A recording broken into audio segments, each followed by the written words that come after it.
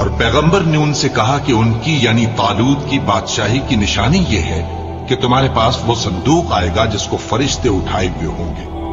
اس میں تمہارے پروردگار کی طرف سے تسلی بخشنے والی چیز ہوگی اور کچھ اور چیزیں بھی ہوں گی جو موسیٰ اور ہارون چھوڑ گئے تھے. اگر تم ایمان رکھتے ہو تو یہ تمہارے لیے ایک بڑی نشانی ہے. غرض جب طالوت فوجی لے کر روانہ ہوا تو اس نے ان سے کہا کہ اللہ ایک نہر سے تمہاری آزمائش کرنے والا ہے. جو شخص اس میں سے پانی پی لے گا اس کی نسبت تصور کیا جائے گا کہ وہ میرا نہیں، اور جو نہ پیے گا وہ سمجھا جائے گا کہ میرا ہے. ہاں اگر کوئی ہاتھ سے چلو بھر پانی لے لے تو خیر.